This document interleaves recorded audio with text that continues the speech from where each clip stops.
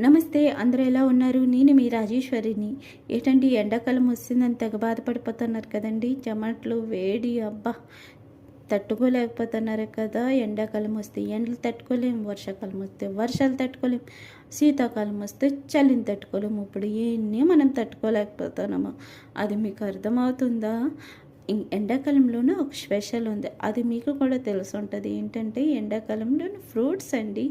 మామిడి పళ్ళు, మామిడికాయలు, పనస పళ్ళు, తాటి ముంజులు, ఐస్ క్రీమ్స్, ఇన్ని వెరైటీస్ ఉన్నాయండి. ఇన్ని మంచి విషయాలు వదిలేసి ఎండాకాలం వేడిని ఒకటే మనం తట్టుకోలేకపోతున్నాం అంటున్నాము.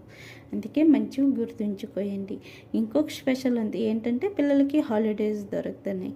అందుకోసమే పిల్లలతో హ్యాపీగా టైం స్పెండ్ చేయండి. బయటకు వెళ్ళండి, హ్యాపీగా ఉండండి. ఇంట్లో ఉంటే కరెంటు బిల్ వస్తుంది, ఎక్కువగా ఉంటే ఏసీ గాలి పడితే పిల్లల హెల్త్లు కూడా ఖరాబ్ అవుతాయి. హాస్పిటల్కి వెళ్తే హాస్పిటల్లోనే డబ్బులు ఖర్చండి.